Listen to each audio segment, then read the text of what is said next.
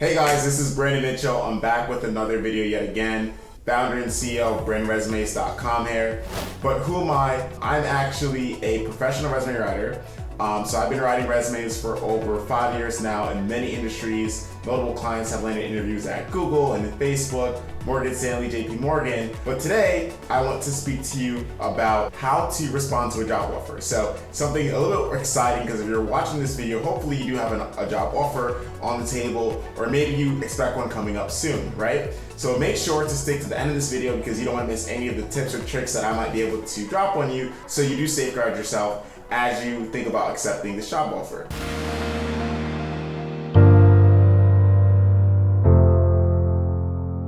For those of you who do not know, BrandResumes is a professional resume writing and career advancement service for entry-level graduates, mid-career professionals, and executives across all industries. And so we work with clients in business, technology, sales, marketing, legal, HR, telecommunications, you name it, across all industries. We have a team of very dedicated and talented resume writers and interview coaches. So if you do implement these 4 tips, and I do feel like if you are job seeking or if you know someone, this is really important because this is a crucial time where any mistake can cost you tons, if not tens or thousands of dollars. So this advice is really valuable. So with that being said, let's jump right into it. So tip number 1, and if this isn't obvious, please do not respond on the spot. Now this is very important that you don't respond to a job offer on the spot, because you need to give yourself enough time to actually review the job offer, right? Sometimes companies will try to lowball you with an offer to kind of pressure you as you're in the room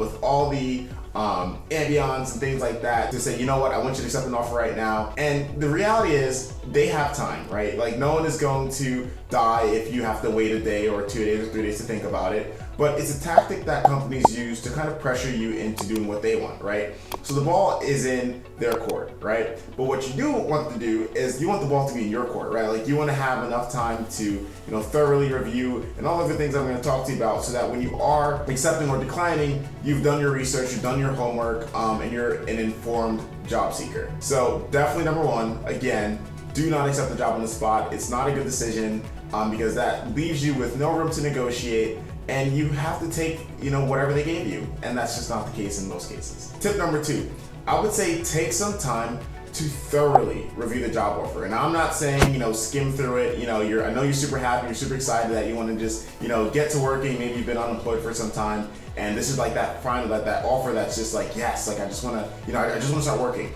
Well, when I say, thoroughly review, I mean really go line by line. Like, this is one of those documents that you really want to read. You want to make sure that all the terms, whether it's like the 401k or the vacation balance, or just the terms of, them firing you, or just anything like that. Like, you want to make sure that contract is solid, right? Before you sign it, you want to make sure that you know everything before you go ahead and accept that offer. Now, that may take, a few days, and even if you want to have, someone who you're really close with to review it as well, second set of eyes couldn't hurt. You want to make sure that this job offer is bulletproof, and not only does it protect you, but it also protects like your future interests and things like that. So take some time, review that job offer, comb through it, line by line, and even just look at some resources online as well, because you want to make sure that they are paying you the accurate amount, which kind of leads into tip number 3. So tip number 3 is to do some market research on the market rate for that job title. So let's say you're looking for a job as a software engineer. Software engineers, depending on the level of experience, that pay may vary by region.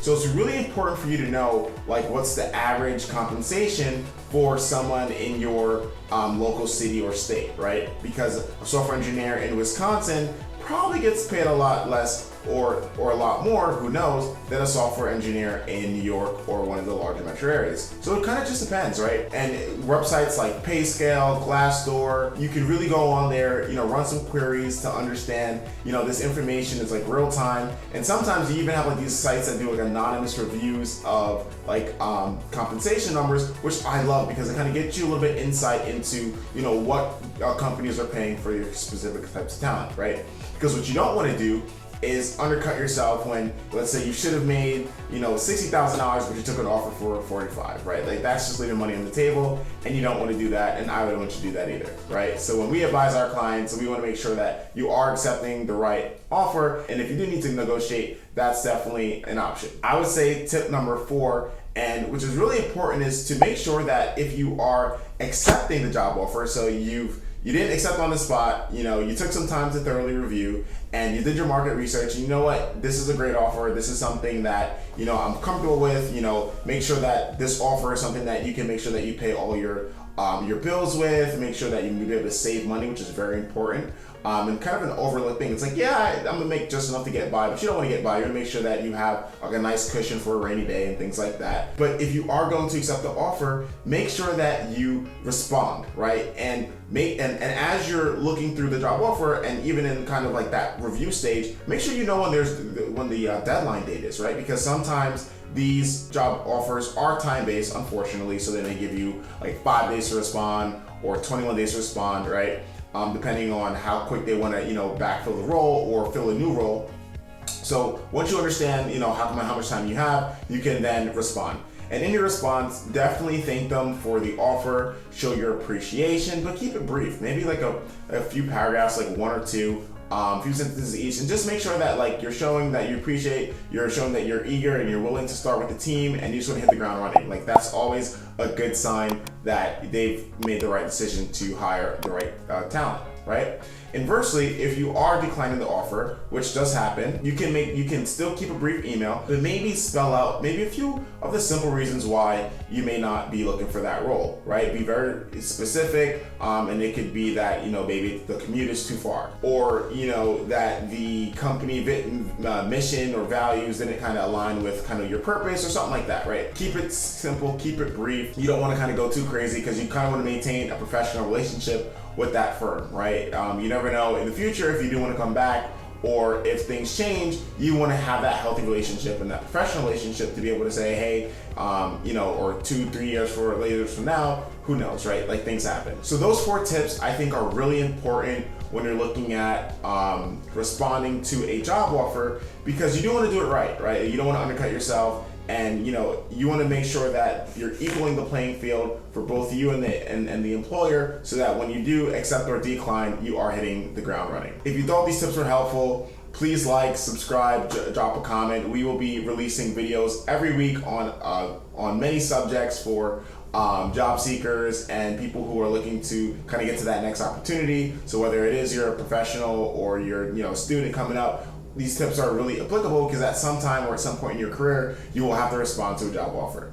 So leave us some comments in the section below if, again, you thought this was super helpful. Share with a friend or two, and I will catch you next time.